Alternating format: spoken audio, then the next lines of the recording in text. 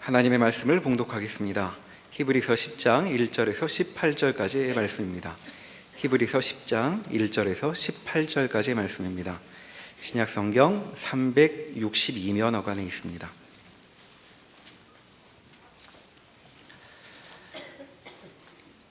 율법은 장차 올 좋은 일의 그림자일 뿐이요 참 형상이 아니므로 해마다 늘 드리는 같은 제사로는 나아오는 자들을 언제나 온전하게 할 수 없느니라. 그렇지 아니하면 섬기는 자들이 단번에 정결하게 되어 다시 죄를 깨닫는 일이 없으리니 어찌 제사 드리는 일을 그치지 아니하였으리요. 그러나 이 제사들에는 해마다 죄를 기억하게 하는 것이 있나니 이는 황소와 염소의 피가 능히 죄를 없이 하지 못함이라. 그러므로 주께서 세상에 임하실 때에 이르시되 하나님이 제사와 예물을 원하지 아니하시고 오직 나를 위하여 한 몸을 예비하셨도다. 번제와 속죄제는 기뻐하지 아니하시나니 이에 내가 말하기를 하나님이여 보시옵소서 두루마리 책에 나를 가리켜 기록된 것 같이 하나님의 뜻을 행하러 왔나이다 하셨느니라. 위에 말씀하시기를 주께서는 제사와 예물과 번제와 속죄제는 원하지도 아니하고 기뻐하지도 아니하신다 하셨고 이는 다 율법을 따라 드리는 것이라. 그 후에 말씀하시기를 보시옵소서 내가 하나님의 뜻을 행하러 왔나이다 하셨으니 그 첫째 것을 폐하심은 둘째 것을 세우려 하심이라. 이 뜻을 따라 예수 그리스도의 몸을 단번에 들이심으로 말미암아 우리가 거룩함을 얻었노라. 제사장마다 매일 서서 섬기며 자주 같은 제사를 드리되 이 제사는 언제나 죄를 없게 하지 못하거니와 오직 그리스도는 죄를 위하여 한 영원한 제사를 드리시고 하나님 우편에 앉으사 그 후에 자기 원수들을 자기 발등상이 되게 하실 때까지 기다리시나니 그가 거룩하게 된 자들을 한 번의 제사로 영원히 온전하게 하셨느니라.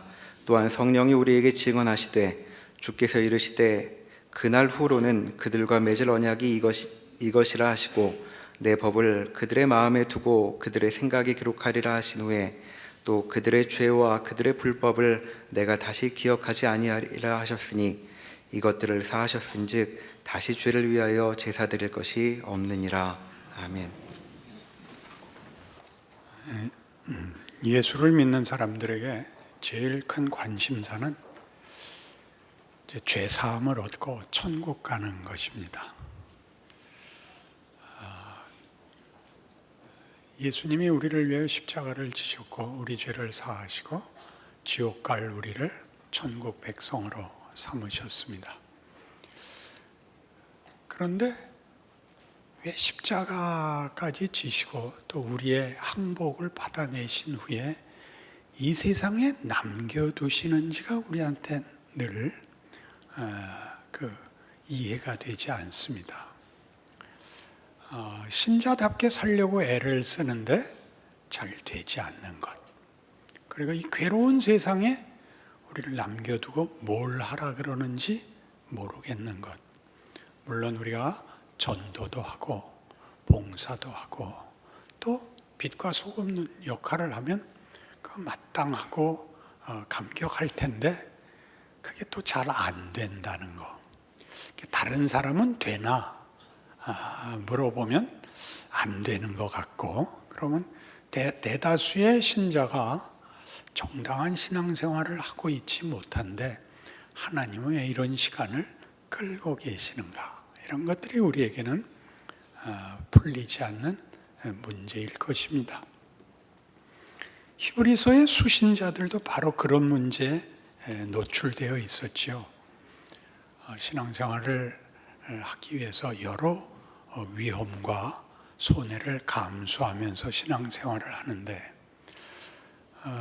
이 믿음을 지키는 자들에게 보상이 없고 예수를 대적하고 예수 믿는 게 뭔지 모르는 세상 권력들과 부도덕한 것들이 오히려 득세하여 교회를 핍박하는 일에 대해서 이제 마음에 낙심이 들었던 것입니다.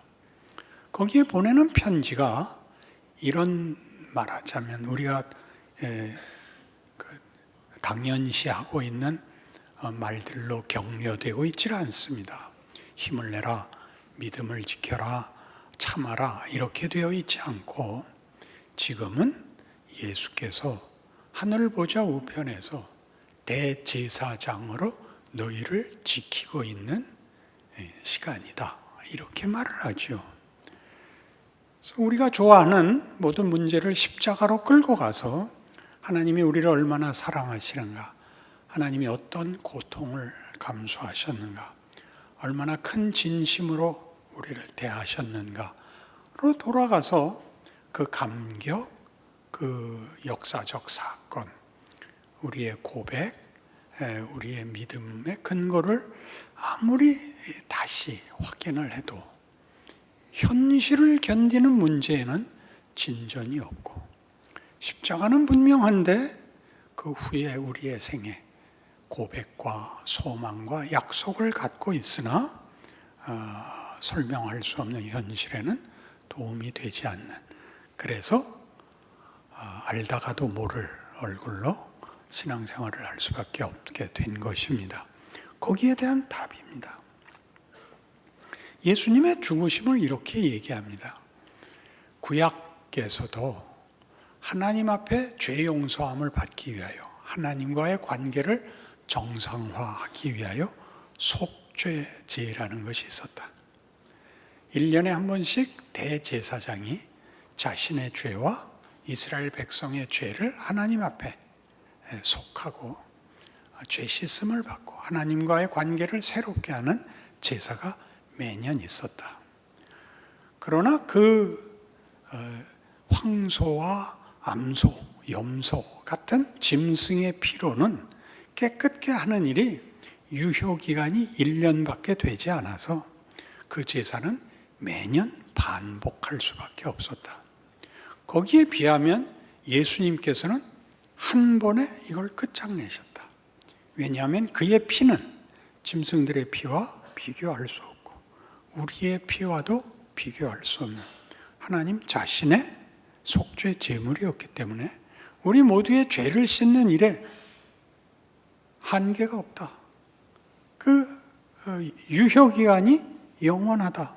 그래서 단번에 드리셨다. 이게 히브리서가 하려는 얘기입니다. 그래서 뭐라고 얘기하느냐 하면 바로 앞에 있는 히브리서 9장 24절 보시면 그리스도께서는 참것의 그림자인 손으로 만든 성소에 들어가지 아니하시고 바로 그 하늘에 들어가서 이제 우리를 위하여 하나님 앞에 나타나시고 대제사장이 해마다 다른 것의 피로서 성소에 들어가는 것까지 자주, 그러니까 해마다 자기를 드리려고 아니하실지니 그리하면 그가 세상을 창조한 때부터 자주 고난을 받았어야 할 것이로되 이제 자기를 단번에 제물로 드려 죄를 없이 하시려고 세상 끝에 나타나셨느니라. 그러니까 세상에서 대제사장들이, 인간 대제사장들이 동물의 피로 우리를 속죄하는 일은 유효기간이 1년밖에 되지 않아서 자주 해야 했지만 예수님은 자주 하실 필요가 없었다. 무한한 효과를 지닌 속죄였다. 그래서 생각해보라. 십자가는 한 번에 끝났다. 십자가는 반복되지 않는다. 그래서 오늘 읽은 본문 10장 16절부터 보시면 주께서 이르시되 그날 후로는 그들과 맺을 언약이 이것이라 하시고 내 법을 그들의 마음에 두고 그들의 생각에 기록하리라 하신 후에 또 그들의 죄와 그들의 불법을 내가 다시 기억하지 아니하리라 하셨으니 이것들을 사하셨은즉 다시 죄를 위하여 제사 드릴 것이 없느니라. 이건 끝난 거예요. 회개는 하실 필요 없는 거예요. 막 하자면. 여기서 막 하자면이란 거칠게가 아니라 강조하자면 그렇습니다. 그러니까 문제는 뭐냐 하면 이렇게 한 번으로 끝장난 죄 문제가 해결된 것인데 왜 아직 안 물러갔느냐 이거죠. 질문이 여기로 와야죠. 그럼 지금은 뭐냐? 죄 문제를 더 거론하지 않고 따지지 않을 거라면 지금은 뭐냐 이거죠. 그 성경은 뭐라고 얘기해요? 너희 죄를 씻기 위하여 십자가를 지신 그 예수님이 지금 하늘 보좌 우편에서 대제사장 역할을 계속하고 있느니라. 죄를 씻는 일 말고 우리에게 남겨진 이 인생이라는 기간을 주께서 우리를 위하여 하시고 있는 일이 있으니 너희의 지금 인생은 죄를 씻는 일 말고 다른 일로 남아있는 것이란다. 알아듣는다. 생전 처음 듣는다. 여기를 헷갈리고 있는 거예요. 죄 문제를 따지려고 남겨놓은 시간이 아니라 죄를 씻고 새 사람으로 살게 한 새 기회, 새 사람, 새 나라를 살고 있는 겁니다. 그래서 뭘 하실 건가 하는 우선 둘째로 치고 우리가 죄로 늘 회개하고 씻고 마음에 자책을 하고 절망을 하고 하는 것 아닌 나아간 다른 기간, 다른 기회, 다른 조건 속에 있다는 것을 마음에 꼭 기억해야 합니다. 고린도전서 11장 너무나 중요해서 이 부분을 혼동하지 않으셔야 돼요.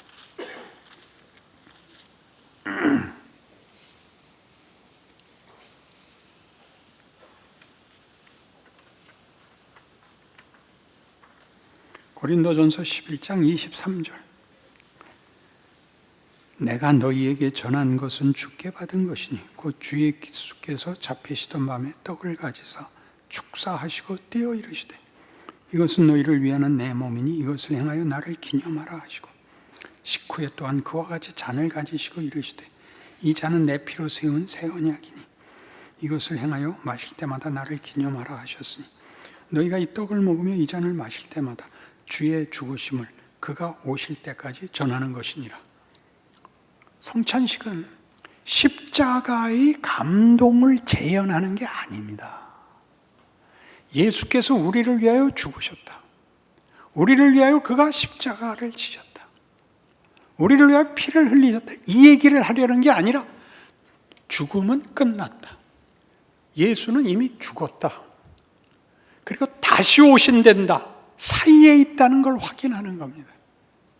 너희는 예수로 인하여 새 인생, 새 사람, 새로운 약속 속에 있고 그 주신 약속과 기회를 다시 오시는 날까지 살아내야 하는 책임 속에 있다. 이걸 확인하는 것이지. 우리는 예수님의 죽음을 극화하고 거기서 감동하고 거기다 모든 걸 쏟아 부음으로써 살아야 하는 지금은 염두에 없다 말이죠. 그러니까 성찬식만 하면 이란 말이에요. 거기 너 있었는가 그때? 에? 거기다 몰아붙이지 말고 시작. 그건 끝났다. 시작은 이미 됐다. 너는 오고 있는 중이다. 내가 다시 온다. 뭐 하고 있냐? 그러니까 여기서도 그거예요. 고린도전서 11장도 이렇게 거칠게 얘기하면 안 돼요. 그러나 아니면 여러분의 편견을 깰 수가 없어요. 다시 봐요. 27절 그러므로 누구든지 주의 떡이나 잔을 합당하지 않게 먹고 마시는 자는 주의 몸과 피에 대하여 죄를 짓는 것이라. 내가 피 흘려 너에게 학교 보내줬는데 너 뭐하고 있느냐 그런 거예요. 내 피 뽑아 팔아서 너 학교 보내줬는데 너 뭐하고 있냐? 뭐 배웠냐? 너는 몇 과까지 나갔냐? 이렇게 묻고 있는 거예요. 너 신자답게 뭘 하고 있냐?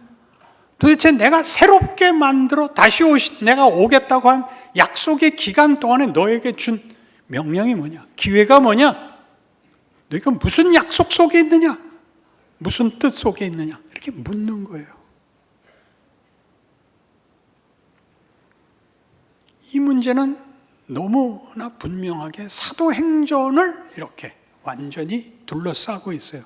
사도행전 1장이 뭔지 아세요? 예수님의 승천입니다. 예수님의 승천이 얼마나 놀라운 일인 줄 아세요? 예수님의 제자들은 다 예수가 해방자, 그 구원자일 거라고 믿었던 사람들입니다. 뭘 보고요? 죽은 자를 살리잖아요. 중풍병자를 고치고 문둥병자를 고치며 귀신을 쫓아내요. 바다를 잠잠케 하고 오병이어의 기적을 행했어요. 이런 능력을 가진 이가 메시아가 아니면 누가 메시아란 말입니까? 어떻게 됐죠? 그 메시아가 죽어버렸어요. 기꺼이 자발적으로 난 죽어야 된다 했어요. 아무도 이해할 수 없었죠. 베드로는 설마 죽은 자를 살리는 이가 바다를 명령할 수 있는 이가 죽는다는 게 말이 돼요? 자기 발로? 끝까지 쫓아 들어갔죠. 설마 정말 죽잖아요. 무슨 수가 있어요? 저주하고 부인했죠. 그가 믿음이 없어서 그랬다. 이렇게 얘기하는 건 결과론적인 거예요. 베드로의 실망이라는 거는 우리가 상상할 수 없는 거예요. 어떻게 그 예수님이 어떻게 사람 손에 잡혀 죽을 수가 있는가? 넋이 빠졌죠. 부활하셨잖아요. 무슨 생각이 들었겠어요? 그때 이렇게 세상 권력에 대해서만 승리하는 것이 아니라 죽음까지도 뒤집으시는구나. 이 마지막 장면에 제자들이 묻죠. 주께서 이스라엘을 회복하심이 이제는 됐습니까? 예수님이 느닷없는 답을 하시죠. 그건 아버지의 손에 있다. 난 모른다. 난 간다. 잘 있어라. 잘 있거라. 나는 간다. 이별의 말도 없이.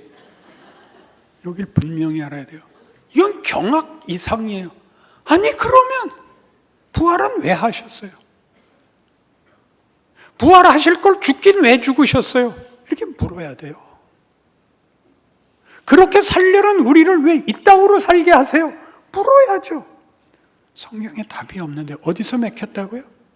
그 쉬운 앞에 일어나서 뒤로 밀고 있는 앞으로 나가야 하는 성경의 약속들에 대하여 우린 눈을 감아버린 셈이 됐죠. 성령이 오신다. 그때 보자. 그래서 왜 마가의 다락방에 모여서 기도했죠? 다른 선택의 여지가 없잖아요. 믿었던 예수가 죽으신 걸로도 놀랐는데 부활해서는 또 부활해서 가서 빌라도랑 헤롯이랑 붙잡아다가 족쳐야 될 거 아니에요. 그리고 자기네들한테 상을 줘야 되잖아요. 아무것도 안 하시고 떠나버리셨어요. 약속한 성령을 기다리래. 성령이 오셨어요. 새로운 힘으로 충만해졌어요. 어떻게 됐죠? 3장에 성전으로 올라가는 길에 미문에 앉은 뱅이를 보고 베드로와 요한이 이 귀한 선언을 합니다.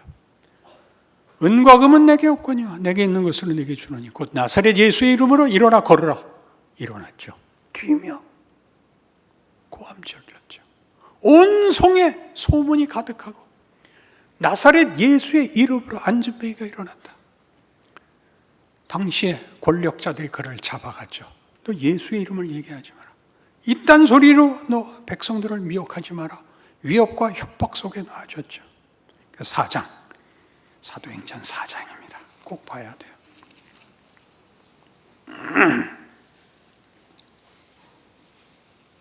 23절, 사도행전 4장 23절. 사도들이 노임에 그 동료에게 가서 제사장들과 장로들의 말을 다 알리니 그들이 듣고 한 마음으로 하나님께 소리를 높여 이르되 대주제여 천지와 바다와 그 가운데 만물을 지은 이시여 또 주의 종 우리 조상 다윗의 입을 통하여 성령으로 말씀하시기를 어찌하여 열방이 분노하며 족속들이 허사를 경영하였는가. 세상의 군왕들이 나서며 관리들이 함께 모여 주와 그의 그리스도를 대적하도다 하시니로소이다. 과연 헤롯과 본디오 빌라도는 이방인과 이스라엘 백성과 합세하여 하나님께서 기름 부으신 거룩한 종 예수를 거슬러 하나님의 권능과 뜻대로 이루려고 예정하신 그것을 행하려고 이 성에 모였나이다. 주여 이제도 그들의 위협함을 굽어보시옵고 또 종들로 하여금 담대히 하나님의 말씀을 전하게 하여 주시오며 손을 내밀어 병을 낫게 하시옵고 표적과 기사가 거룩한 종 예수의 이름으로 이루어지게 하옵소서 하더라. 빌기를 다음에 모인 곳이 진동하더니 무리가 다 성령이 충만하여 담대히 하나님의 말씀을 전하니라. 이 기록의 모순을 보시겠습니까? 잡혀간 사도들을 기다리고 있던 초대교회에 그들이 돌아옵니다. 어떻게 됐습니까? 우리나라엔 이런 기록이 남아있죠. 안희숙 씨가 쓴 죽으면 죽으리라 라는 예전 일제강점기 때의 순교자들의 얘기 속에 이렇게 되어 있습니다. 첫 번째 투옥이 일어났을 때는 죽이지 않았답니다. 풀어줬답니다. 두 번째 투옥 때 잡혀가서 그때부터 순교자가 나오기 시작했는데 첫 번째 투옥 됐다가 놓아줬을 때 기도하던 모든 성도들이 모여서 추록한 장로, 목사님들에게 물은 첫 번째 질문이 모두의 관심이 이거였습니다.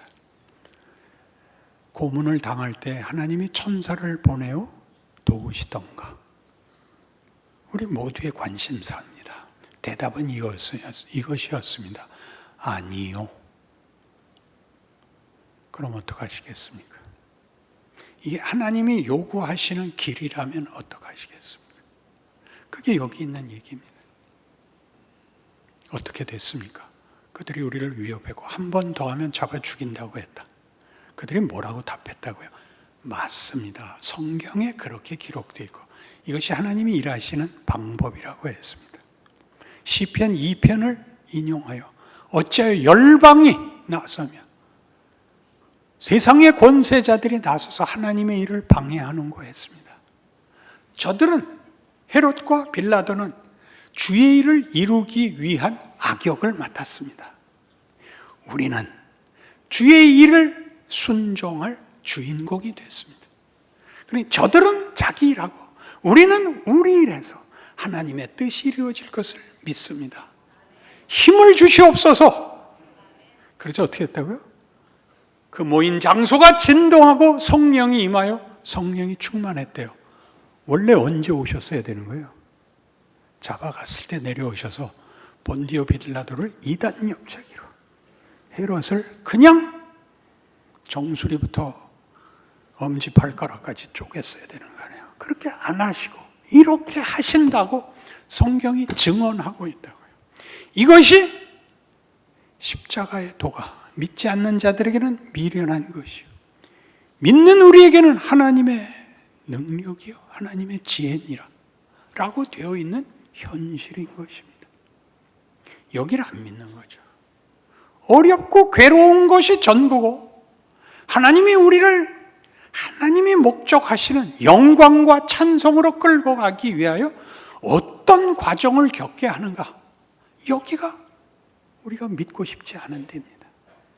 우리는 나중에 이것이 히브리서 10장 다음에 뭐가 있죠? 11장이 있습니다. 그렇습니다.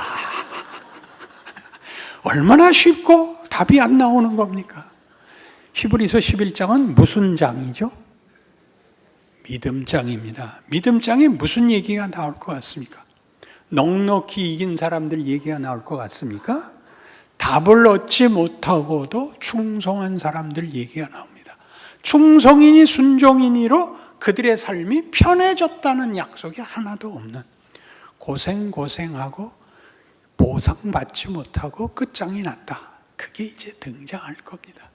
그러나 그것이 우리에게는 우리가 지금 와서 보아도 이미 아브라함이니 이삭이니 야곱이니가 믿음의 선조여 영광된 인생을 살았다고 우리 입술에 고백을 받은 것처럼 그 길이 세상이 만드는 한순간에 불과한 헛된 영광이나 헛된 승리와 비교할 수 없다는 걸 우리가 알게 됩니다.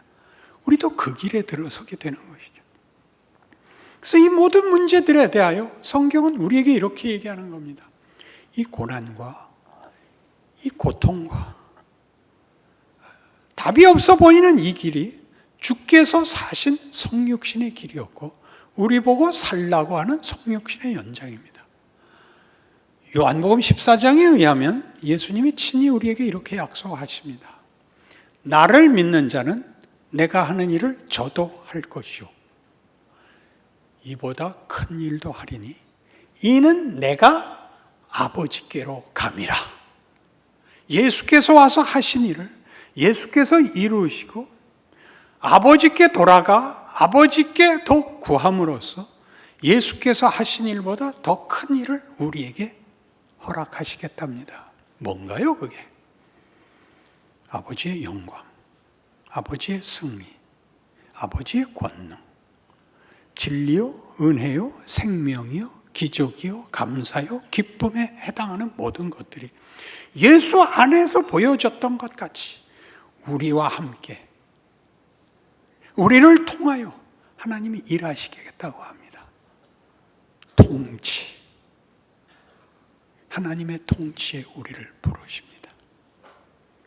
모든 은혜와 기적과 승리와 기쁨이라는 것들이 예수를 통하여 온 것 같이 우리를 통하여 모든 인류에게 증언이 되고 수단이 되고 모범이 되고 자랑이 되는 인생을 살게 하겠다 이겁니다.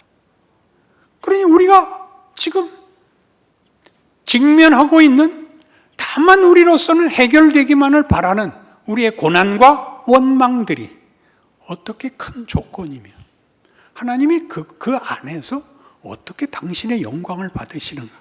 에베소서 4장에서는 이렇게 설명되어 있습니다.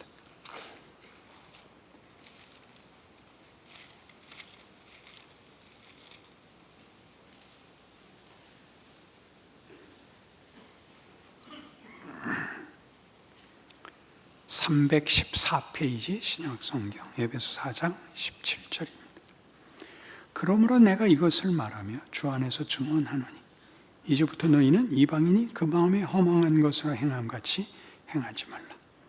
그들의 총명이 어두워지고 그들 가운데 있는 무지함과 그들의 마음이 굳어짐으로 말미암아 하나님의 생명에서 떠나 있도다. 그들이 감각 없는 자가 되어 자신을 방탕에 방임하여 모든 더러운 것을 욕심으로 행하되 오직 너희는 그리스도를 그같이 배우지 아니하였느니라. 진리가 예수 안에 있는 것 같이 너희가 참으로 그에게서 듣고 또한 그 안에서 가르침을 받았을진데 너희는 유혹의 욕심을 따라 썩어져가는 구습을 따르는 옛사람을 벗어버리고 오직 너희의 심령이 새롭게 되어 하나님을 따라 의와 진리의 거룩함으로 지으심을 받은 새 사람을 입으라. 이렇게 나옵니다. 옛사람과 새 사람의 차이는 뭘까요? 거룩함에 있습니다. 그리고 명예에 있습니다.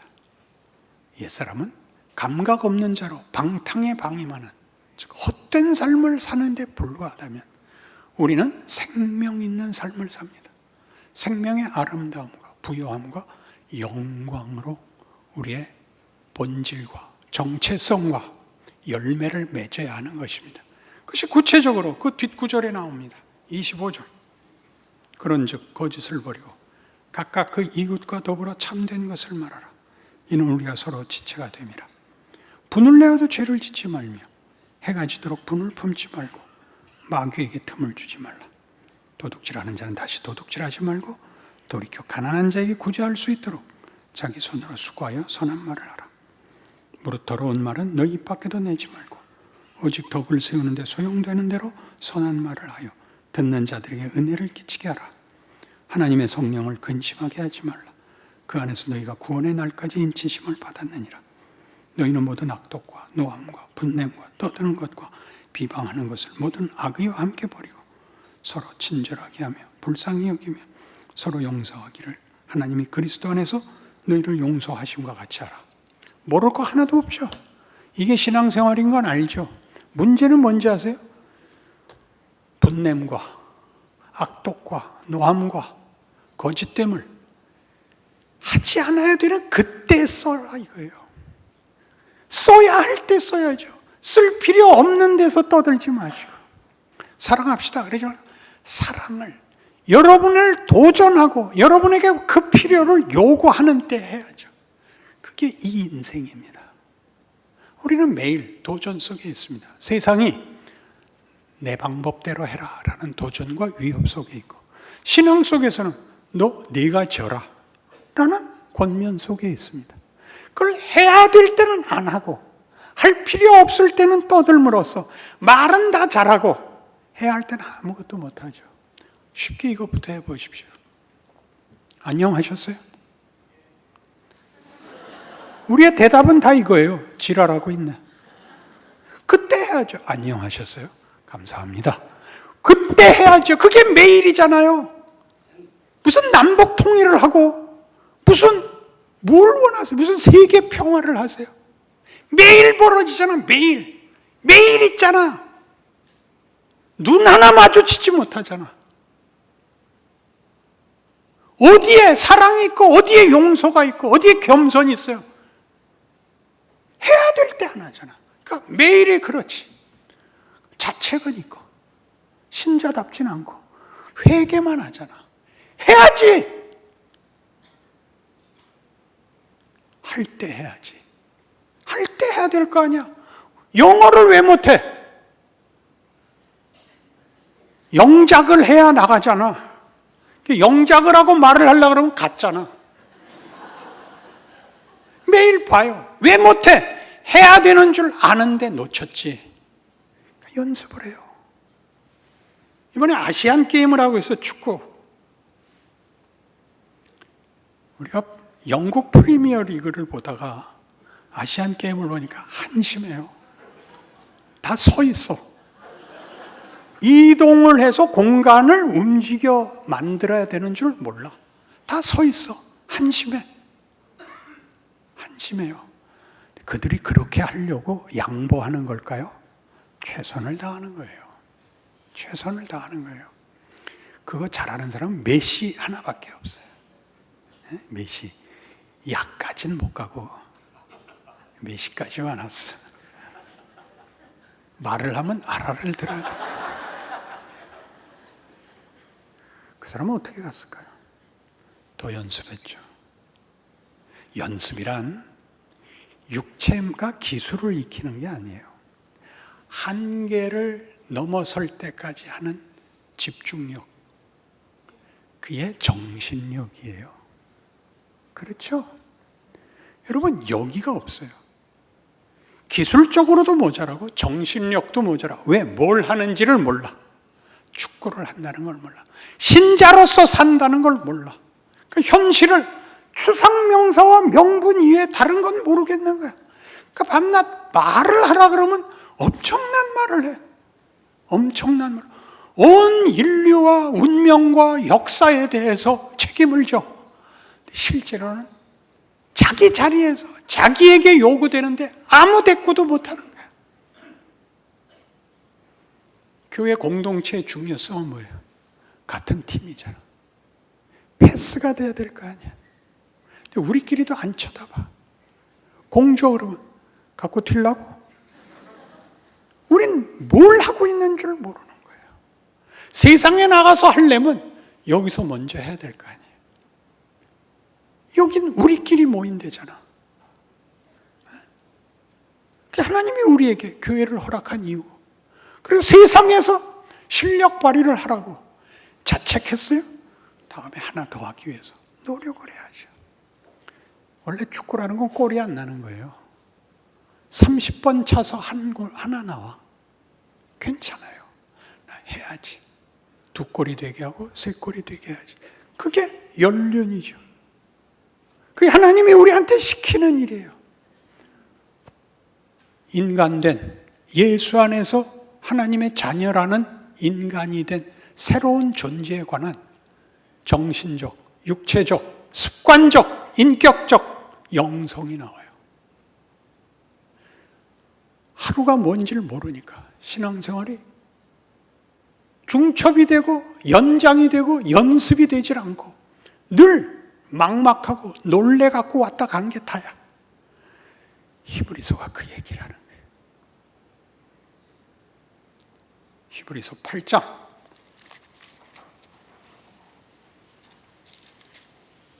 이 말을 늘 명심해야 돼. 히브리서 8장 1절. 지금 우리가 하는 말의 요점은 이러한 대제사장이 우리에게 있다는 것이라. 그는 하늘에서 지극히 큰 이의 보좌에 앉으셨으니 하늘 보좌 우편에서 예수님이 지금 우리를 위하여 기도하고 있는 하루, 지금이라고요. 히브리 교회에 뭐라고 얘기했다고요? 십자가를 지나서 하늘 보좌 우편에 앉으신 예수님이 오늘 우리의 삶을 지키고 계시다. 믿음으로 살아라. 그 고난 속에 영광이 담겨 있다고 믿어라. 네 할 일을 해라. 네가 할 수 있는 말을 해라. 네 수준에서 네 자리에서 해라. 오늘을 살아라. 그리하면 영원한 영광에 중한 것이 네게 담겨지리라. 기도하십시다. 하나님 아버지, 오늘 하루의 중요성과 우리 마음에 들지 않는 우리의 존재와 실력의 현실성에 대하여 기대와 믿음을 가지게 되었습니다. 열심히 살아서 하나님의 자녀의 영광의 자리에 이르는 우리 마음의 기쁨과 자랑이 넘치는 그런 인생을 살아내는 우리 모두가 되게 하여 주시옵소서. 예수님 이름으로 기도합니다. 아멘.